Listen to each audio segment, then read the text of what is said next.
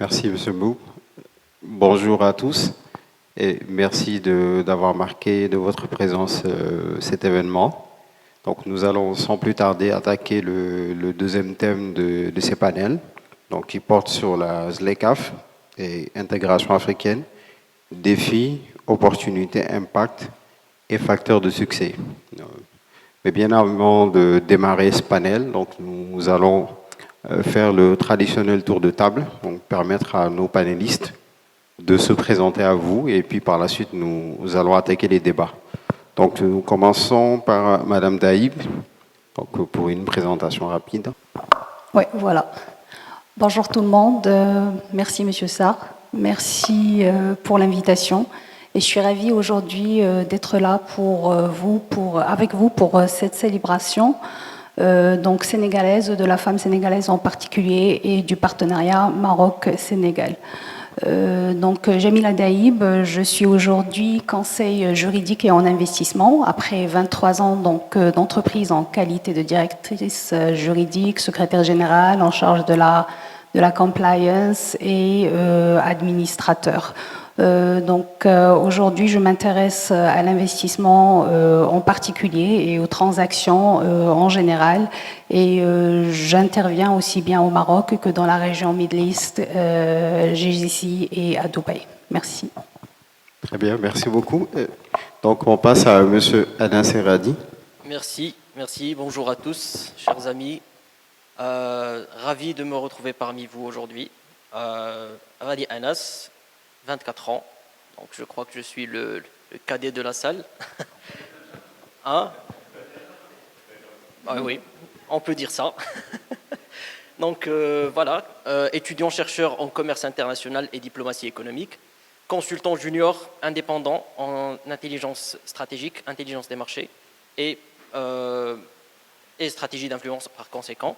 Donc avec une petite expérience qui a consisté à accompagner des entreprises, des PME marocaines dans leur stratégie d'internationalisation, notamment dans notre cher continent, le continent africain. Et donc, je tiens à avouer devant vous tous, chère audience, que je l'ai fait avec beaucoup de plaisir et que je l'ai fait avec beaucoup de joie et de fierté. Et voilà, donc je profite de cette occasion aussi pour réitérer mon amitié envers beaucoup de personnes ici, dans cette salle, notamment mon cher ami Abdoulaye Diop. Voilà, donc je crois que... Et je tiens aussi à remercier mon cher ami Abdou Diène pour cette opportunité et pour l'invitation aussi. Voilà, merci beaucoup de m'avoir écouté. Je passe la parole à Safal. Merci beaucoup, M. Radi. Donc, on passe à M. Fall Safal. Safal Fall, hein, je suis manager au niveau de la BU Africa Business Unit du cabinet Forbes Mazars, basé à Casablanca. Nous opérons dans l'intelligence économique avec une dimension panafricaine extrêmement prononcée et qui nous permet aujourd'hui de provider des services d'accompagnement et de conseil à des entreprises du continent et d'ailleurs sur le développement sur le marché africain. Donc, pour faire court, ce que j'allais dire, après, bon, je pense qu'on aura le temps de discuter un peu plus longtemps sur nos parcours respectifs. Merci beaucoup. Très bien, merci beaucoup pour ce décor planté. Donc, nous allons sans plus tarder attaquer le sujet de la ZLECAf. Donc, pour juste rappeler quelques chiffres, donc, la ZLECAf, c'est la zone de libre-échange africaine, continentale africaine, donc, qui ambitionne de faciliter les échanges entre aujourd'hui 55 pays du continent. Donc, à terme, la ZLECAf, c'est un marché de 1,3 milliard de personnes, donc sur un PIB projeté de 3 400 milliards de dollars, selon les chiffres. Et selon la BAD, le potentiel est tel qu'aujourd'hui, les échanges intra-africains tourne autour de 13% en termes d'échanges commerciaux, contre 60% pour l'Union européenne et l'Asie.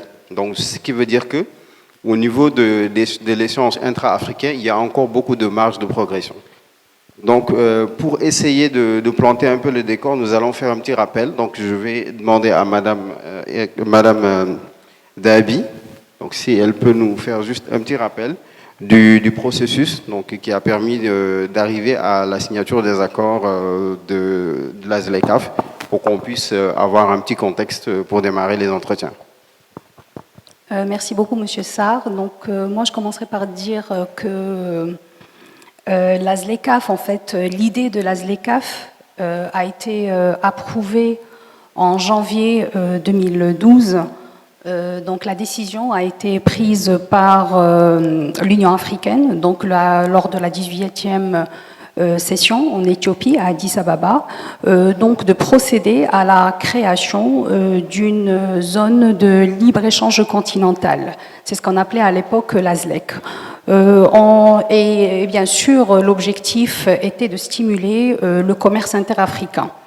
En janvier 2015, l'Union africaine a lancé sa vision, elle a lancé son plan stratégique pour l'Afrique, donc pour les 50 années à venir de l'Union, et c'est ce qu'on appelle l'agenda 2063, l'Afrique que nous voulons. Donc ce plan stratégique qui a été mis en place en 2015 avait pour objet phare donc la mise en place d'une zone de libre-échange continentale. Donc bien entendu, l'agenda 2063 a été décliné par la suite par l'Union africaine. Et donc à l'occasion de la 25e session ordinaire de l'Union africaine, ont été lancées des négociations en vue de la mise en place de cette zone de libre-échange. Donc en janvier 2018, le nom de la zone de libre-échange continentale africaine a été adopté et comme on le sait tous, en janvier 2018, donc le nom, le 21 mars 2018 a été adopté l'accord qui a établi la zone de libre-échange continentale africaine. Je vais me permettre de remonter un petit peu en arrière pour dire que cette idée d'unité africaine, donc cette idée d'une Afrique unique, qui constitue une seule zone de libre-échange, donc une seule zone commerciale qui offre tout le potentiel et toutes les opportunités. Elle n'est pas nouvelle, donc elle ne date pas de 2012.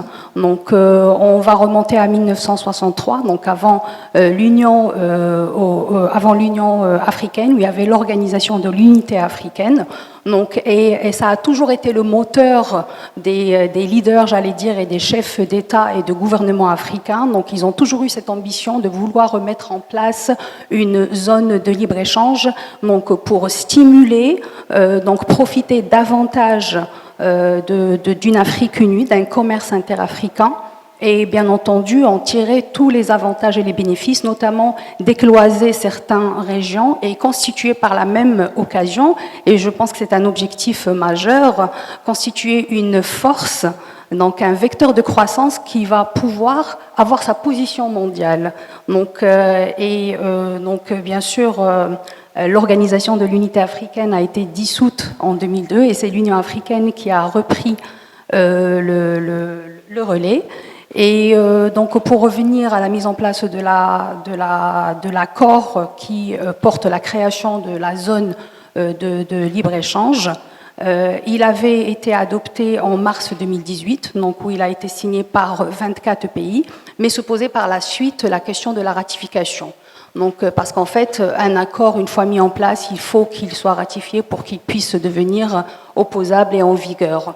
Donc, la ratification a connu un petit retard, mais n'empêche que la ratification de cet accord en particulier est considérée comme étant un exploit. Parce qu'en fait, l'article 23 de l'accord, je suis désolée, je rentre un peu dans des détails juridiques, je n'ai pas besoin de citer le numéro de l'article, mais juste pour expliquer le processus de ratification, donc la ratification de l'accord portant la création de la zone économique de libre-échange continental africain, donc j'appellerai la ZLECAf pour ne pas avoir à trop m'attarder là-dessus. Donc il fallait, cette ratification ne rentrait en vigueur qu'avec le dépôt du 22e ratification, donc auprès du dépositaire. Donc c'est ce qui a été fait. Donc la ratification a été faite en 2019.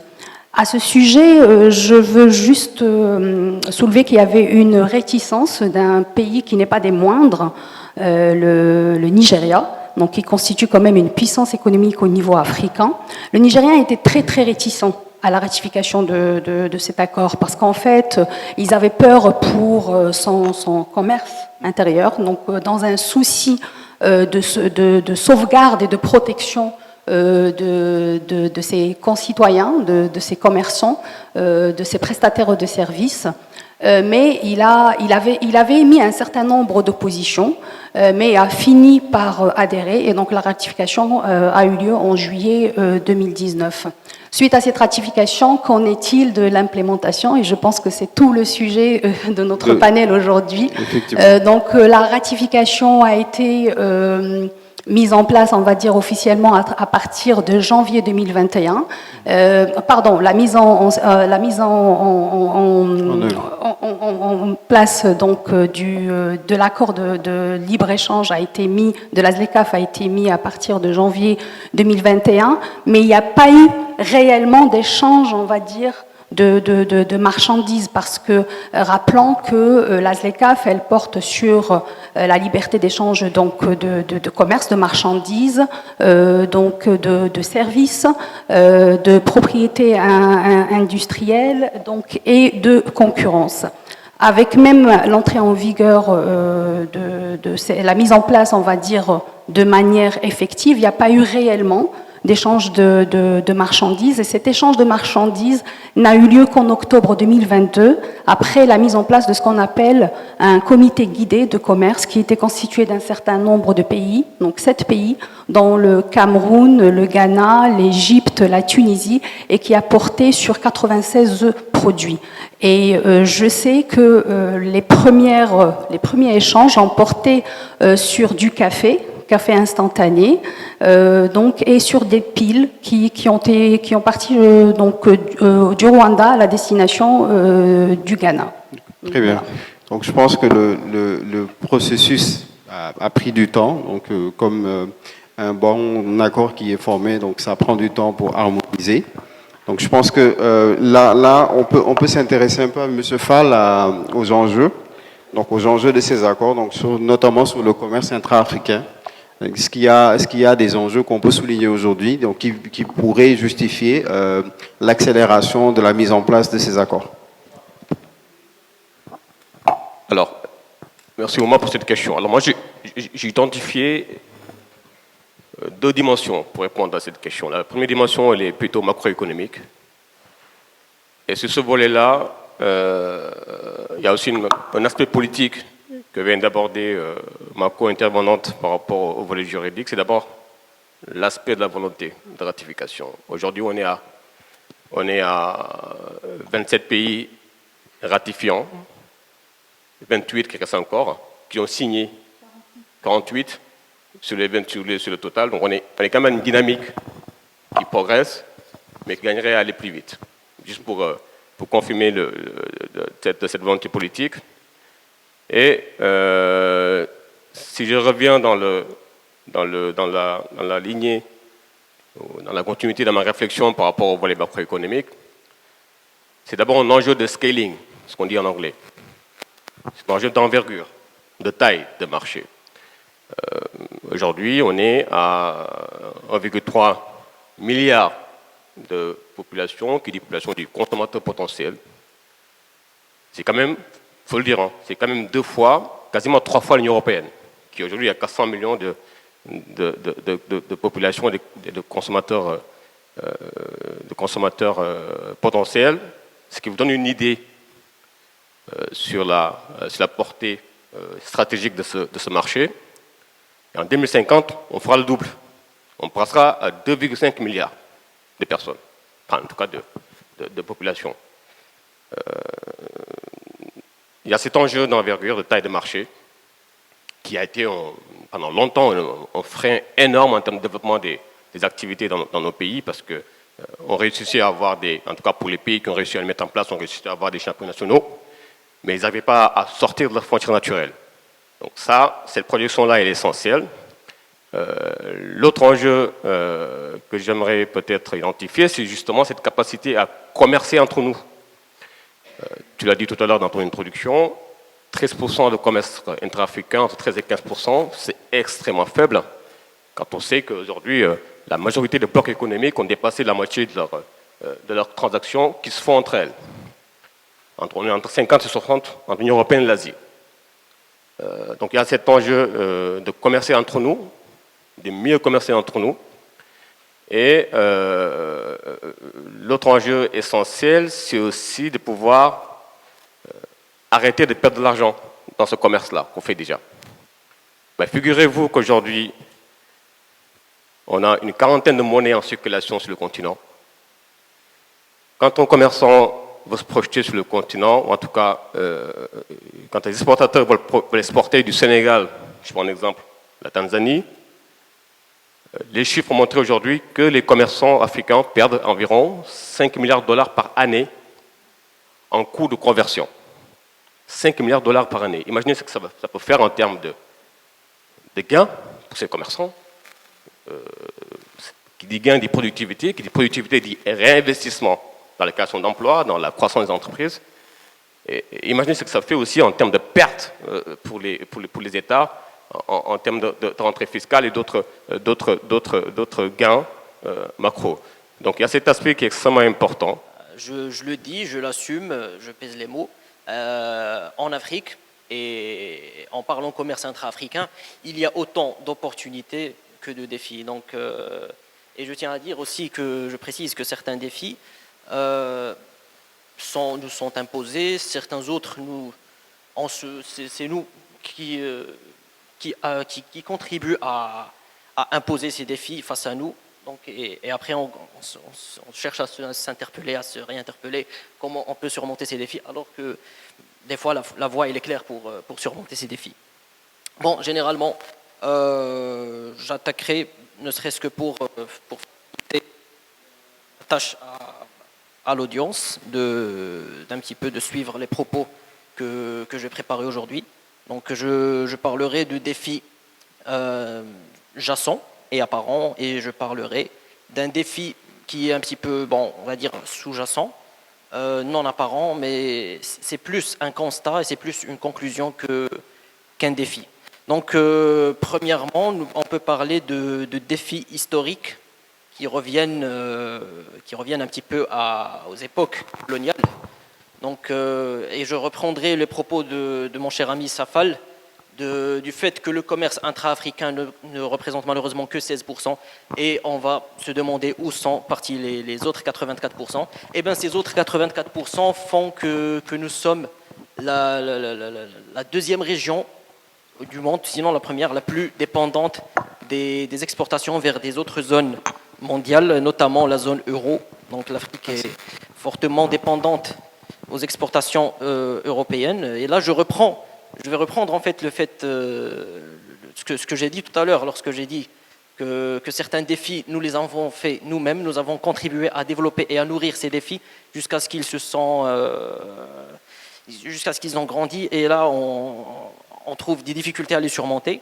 Donc et là j'enchaînerai sur des divergences, des défis institutionnels, notamment la diversité culturelle en Afrique, qui fait qu'on a des divers systèmes juridiques. Et je me rappelle un dicton qu'on m'a dit à l'université: il y a autant de systèmes juridiques qu'il y a de pays dans le monde. Donc ces divergences culturelles font des divergences institutionnelles.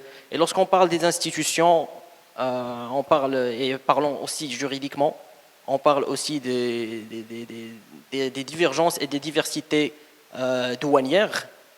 Donc les mesures douanières, les obstacles non tarifaires, les mesures sanitaires, les mesures phytosanitaires, et j'enchaîne sur toutes les restrictions qu'imposent les douanes, l'ensemble des directions des douanes de l'ensemble des pays africains.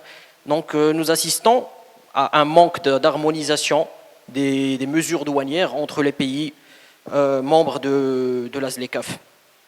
Donc, et avec aussi dans les mesures non tarifaires, on parle aussi des retards qui causent des endommagements de marchandises. Et donc, les problèmes sont assez clairs lorsqu'on assiste à des mesures non tarifaires.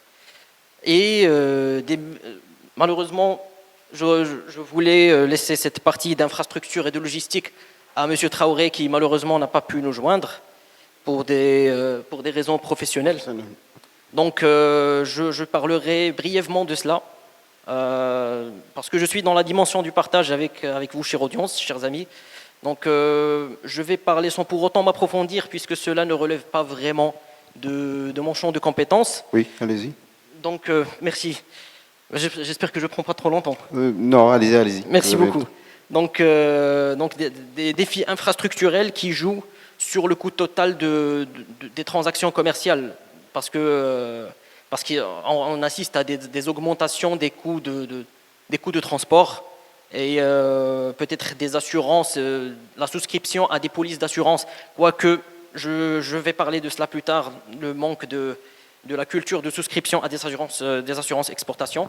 On va en parler plus tard, mais toujours est-il que les entreprises qui adoptent déjà cette dimension se trouvent obligées à souscrire à des contrats d'assurance, des polices d'assurance supplémentaires en vue de garantir la bonne transportation et en vue de couvrir, de transférer le risque d'endommagement des marchandises et de la dégradation de leur qualité. Je parle aussi des produits périssables.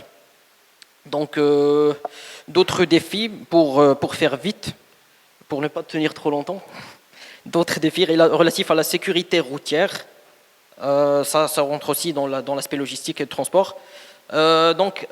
Accès, un autre défi, accès à l'information, ou un manque d'accès à l'information, ou sinon, on assiste à un accès diversifié, donc c'est-à-dire que l'information, on la trouve dans plusieurs guichets. Toujours est-il que des fois, on trouve des informations différentes entre les différents sites, ce qui fait un petit peu, je ne sais pas si nous avons des spécialistes de data dans cette salle, je parlerai de data governance, la gouvernance de la data dans la dimension de la qualité des données qui sont diffusées et donc de leur crédibilité.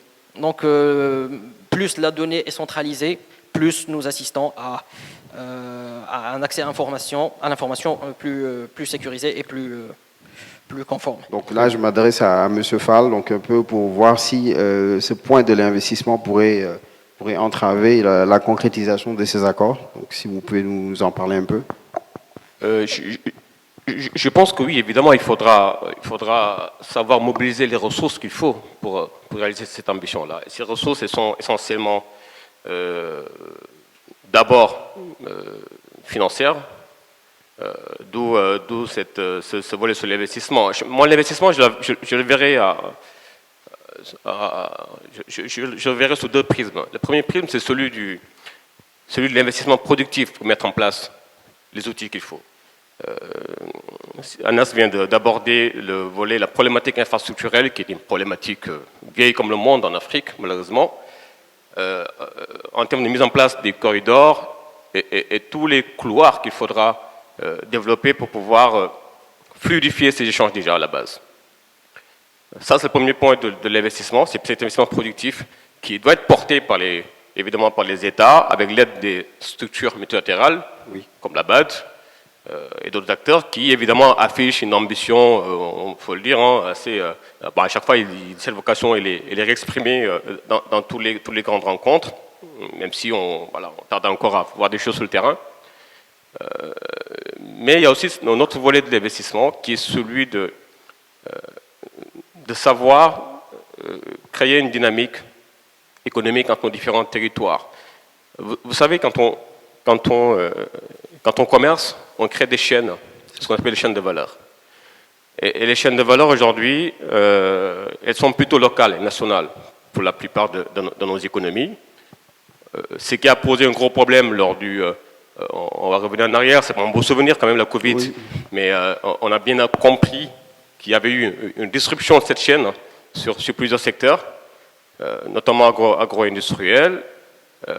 L'idée, c'est aujourd'hui de pouvoir investir dans la création de ces chaînes de valeur régionales qui sera favorisée par la mise en place de ces perspectives de la ZLECAf, Sur des sujets très simples, hein. Déjà sur des secteurs assez stratégiques comme le cacao, comme les médicaments, la santé. Le café. On est en train de voir des choses qui se font déjà dans l'automobile au Maroc. Je prends l'exemple du Maroc, par exemple, qui est un excellent modèle dans ce domaine, qui a réussi depuis 10 ou 15 ans à monter en place une filière automobile assez forte, qui est en phase de maturité très avancée. Aujourd'hui, 60% quasiment des véhicules montés au Maroc viennent du local, ce qui fait un taux d'intégration assez important. Et on sait aujourd'hui que ces PME ou ces fournisseurs de premier rang ou de second rang qui fournissent ces big players comme Renault, comme PSA, s'approvisionnent parfois on peut dire parfois de matières premières qui sont essentiellement localisées qui existent sur le continent. Rien que le pneu, pour prendre un exemple terre à terre, pour faire rouler une voiture, c'est à base de caoutchouc. Le caoutchouc, on le trouve où? C'est quelle est la matière de base du caoutchouc? C'est l'EVA. l'EVA. Qui est une ressource extrêmement aujourd'hui bien promue, cultivée, etc. en Côte d'Ivoire, toute la région du golfe de Guinée, qui est exportée à l'état brut. Et voilà, exportée hors du continent à l'état brut. Donc on est en train de rater le coche, j'ai envie de dire, en termes d'intégration, déjà industrielle, et d'investissement qui pourraient permettre de capter ces ressources au niveau local. Aujourd'hui, je sais qu'il y a, dans la plupart de nos pays, c'est une de nos priorités, c'est d'industrialiser, c'est de créer des emplois.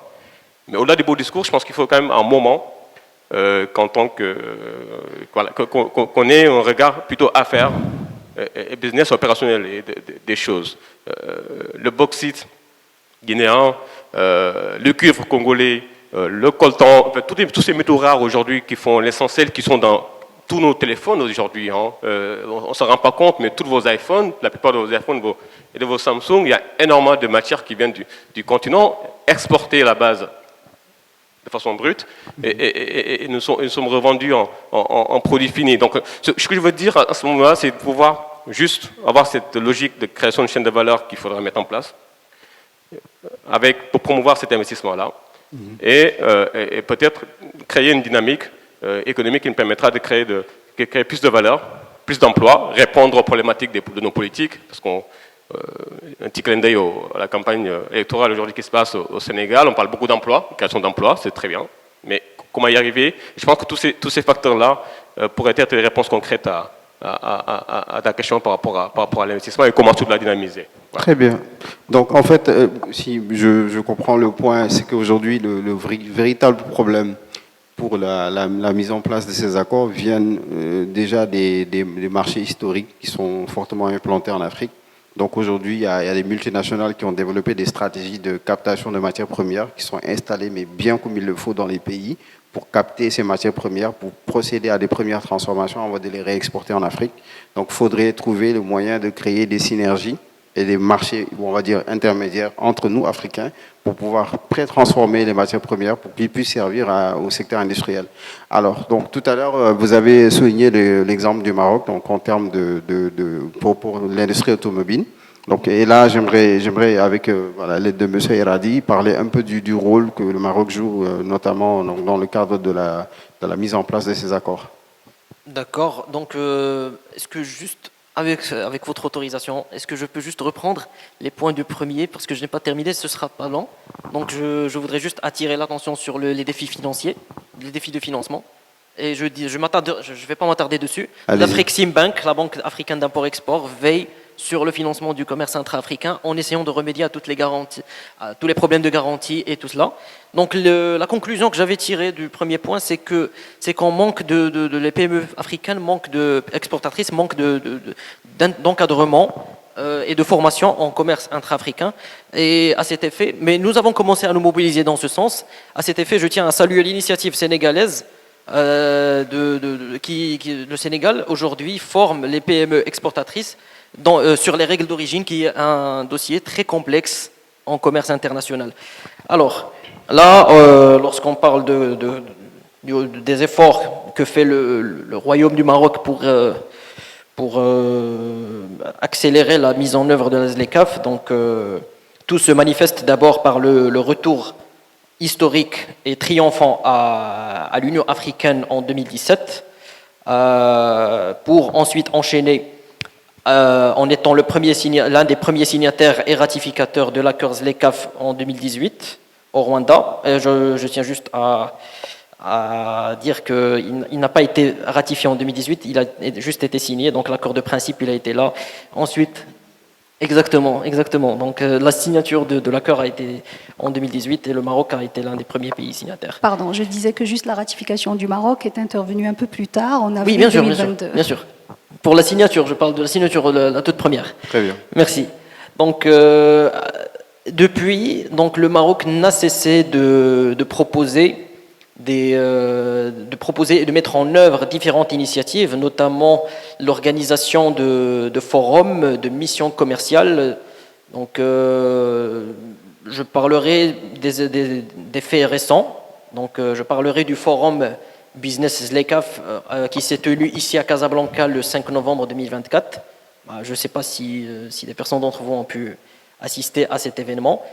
À l'issue de cet événement, nous avons eu des acteurs gouvernementaux qui ont assisté à cet événement. Donc, à l'issue de cet événement, ils se sont concertés. Donc, la Confédération marocaine des exportateurs et le ministère du Commerce extérieur et l'Agence marocaine du développement des investissements des exportations, l'AMDIE, ils ont décidé de nommer une task force qui va se mobiliser au service de la formation et de l'encadrement du secteur privé, des entreprises exportatrices, pour les accompagner à exporter en Afrique. Et donc ça, c'est un effort emblématique d'accélération de la mise en œuvre de la ZLECAf. Renforcement de la coopération sud-sud et raffermissement des relations Maroc-Afrique subsaharienne à travers des accords et des partenariats commerciaux, environnementaux et industriels. Donc je ne vais pas m'attarder sur cela parce que ce serait impossible d'énumérer tous les accords. Donc le Maroc a cherché à mettre en œuvre la ZLECAf à travers, il a proposé une nouvelle charte d'investissement qui prend en compte l'environnement africain. Donc la mobilisation des opérateurs économiques au service de la diplomatie marocaine est aussi un autre axe et une autre initiative du Maroc pour implémenter la ZLECAf. Donc je voudrais partager avec vous les deux programmes d'accompagnement des exportateurs, le programme qui est un programme conjoint entre les trois institutions en charge du commerce international, le ministère de l'Industrie du Commerce, l'AMDIE, l'Agence marocaine de développement des investissements des exportations, et l'ASMEX, l'Association marocaine des exportateurs, donc, qui ont décidé de déployer un programme ventilé en deux parties.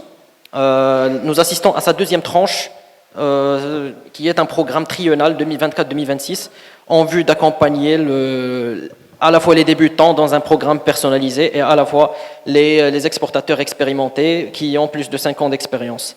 Donc aussi, j'attire l'attention sur le dernier semestre, ce qu'a fait le Maroc pendant le premier semestre 2024. Janvier, nous avons assisté à la première circulaire des douanes en janvier 2024 qui consiste à lever les tarifs douaniers sur 90% des produits exportables en Afrique. Et en juin 2024, nous avons assisté à une deuxième circulaire relative à la ZLECAf qui a porté sur la dématérialisation des certificats d'origine, ce qui entre dans le cadre de la facilitation des déclarations douanières et tout cela. Donc voilà, c'est tout ce que je peux dire. Très bien, et merci pour ces points. Donc, je pense que le Maroc se positionne aujourd'hui très bien dans le cadre du déroulement de la mise en œuvre de ces accords. Donc, il joue un rôle très dynamique pour ramener tous les États à partir dans l'harmonisation de tout ce qui est procédure et tout, et puis de pouvoir rapidement opérationnaliser ces accords. Donc, alors, Madame Daibi, donc nous souhaiterions savoir juste, selon vous, comment est-ce qu'on peut améliorer l'accélération de la mise en œuvre de ces accords au sein de tous les États? Merci, Monsieur Sarr. Moi, avant de parler des mesures j'allais dire, ou des solutions magiques qui vont permettre l'accélération de la mise en place de la ZLECAf. Je reviendrai rapidement sur un postulat général que nous connaissons tous et qui concerne malheureusement l'Afrique, la pauvreté, l'instabilité politique, le manque de financement, donc les carences du système de santé, une faiblesse malheureusement que nous constatons toujours au niveau de l'éducation, et tout ça vient du fait de l'absence d'un réel tissu industriel, donc qui peut tirer les pays africains vers le haut et décloisonner quelques-uns. Donc les défis, on en a entendu parler, donc il y en a de tout. Donc des défis logistiques, des défis d'infrastructure, des défis liés à la connectivité, liés aux compétences, liés à la formation, liés à l'ouverture aussi. Et donc la solution, c'est la concertation, c'est la volonté de travailler la main de la main pour prendre des décisions politiques et économiques. Aujourd'hui, l'accord a été mis en place, la ratification a été faite, l'opération pilote a été lancée. Il faut le dire, on ne va pas être trop sévère avec les pays africains et ce qu'ils font aujourd'hui, parce que déjà la ratification s'est faite en un temps record, en 1 an et 10 jours, donc ce qui est exceptionnel et pas du tout habituel. Et il ne faut pas oublier la pandémie Covid 2019 qui a retardé et ralenti davantage la machine. On ne connaît pas toutes les conséquences de la pandémie sur l'Afrique en particulier et sur le monde en général. On continue à découvrir. Donc aujourd'hui, de mon point de vue, l'accélération, donc la volonté est là. Monsieur Avadi a parlé du dernier forum qui a été organisé par le Maroc, et qui a convoqué et on a eu le plaisir d'avoir des acteurs aussi bien politiques que du monde privé, que économique. Ce forum a été l'occasion de s'attarder bien entendu sur les problématiques, et non seulement les problématiques, mais de ressortir avec des suggestions.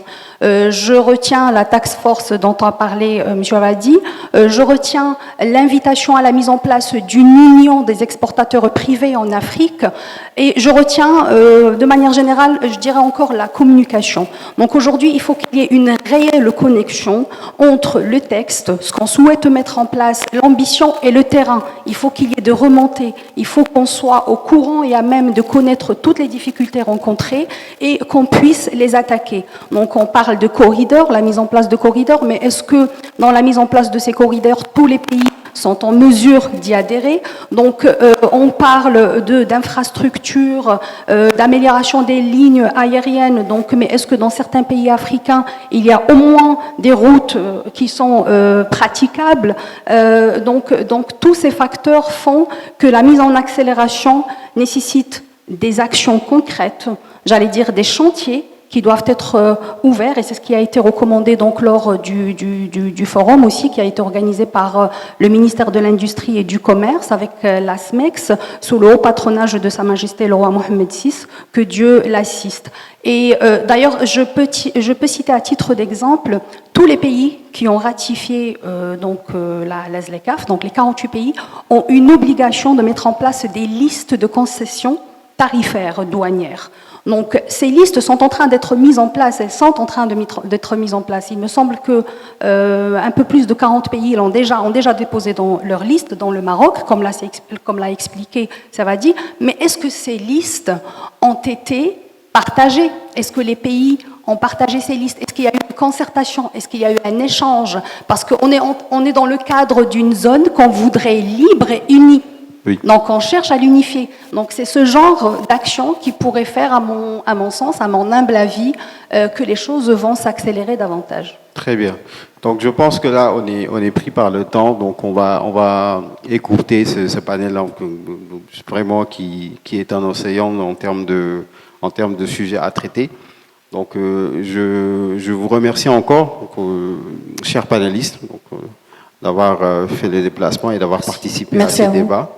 Et je remercie également le public de nous avoir écoutés. Et là, on redonne la parole au modérateur, M. Mboup, pour la suite des événements. Merci beaucoup.